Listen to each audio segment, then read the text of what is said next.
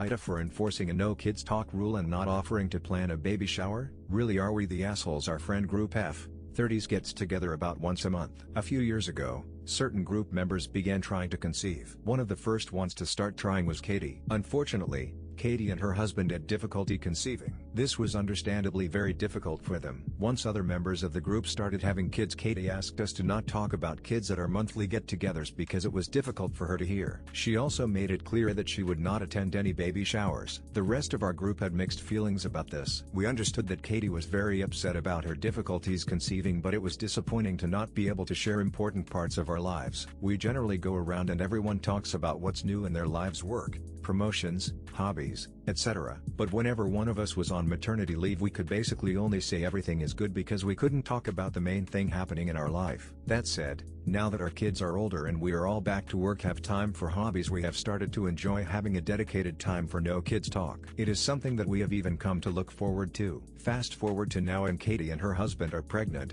which is very exciting. She is nearing her due date and planning to take at least a year off to stay home with the baby. That's enough background, so now to the point. Last night me and two other members of our group got a text from Katie's husband saying that she is really upset that we barely ask her about her pregnancy when we see her and that no one has offered to throw her a baby shower. At first we were surprised to hear this. We do text Katie at least weekly to check in on her. We just don't talk about it at our monthly hangouts. She has been talking about it in her updates, but no one has asked any follow-up cues about the pregnancy and we more focus on her other updates. We talk to the rest of the group except for Katie, and the general vibe is that we want to keep the no kid talk rule in place, and it feels a little rude that Katie expects us to when she is the one who made the rule in the first place. Would we be the asshole if we keep our traditions? We also don't feel like we have time to plan a shower with the holidays happening. It sounds like no one wants to go through the stress of planning a shower when Katie didn't even go to theirs. TLDR, are we the assholes for sticking to our tradition even though the original reason no longer applies? Update additional information. I just want to address some common comments. 1.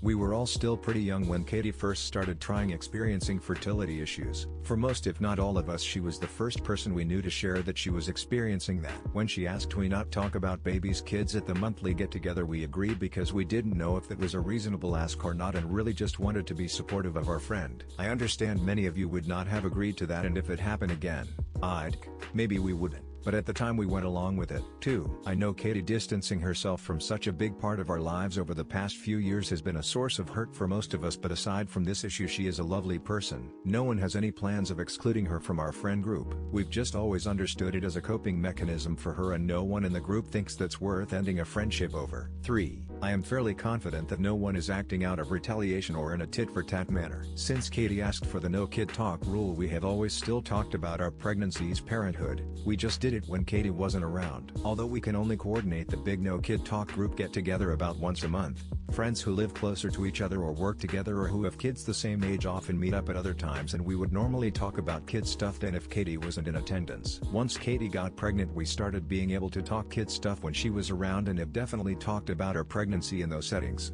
just not at the monthly get-together. This wasn't done in retaliation, it's just how it's always been, so we didn't really think to do anything different. 4. The reason most of us want to keep the no kid talk rule in place is because as our kids have gotten older, we've come to appreciate having a time to take a break from being moms first and just enjoy our friendship and the other aspects of who we are as people. We are often in work mode or mom mode, so having this dedicated space has been really nice. I understand that Katie is not where we are today, but rather where we were back then when we really wanted to gush about babies and kid stuff. So I sympathize with that. But I also think it's a bit unfair to expect us all to accommodate her again. We are more than happy to text about her pregnancy or talk about it on other occasions. The rest of us just want to have this one get-together remain kid talk free. To be fair, she does live the farthest from the rest of us, so she usually only sees people in the group about one other time a month, but we are still available by text.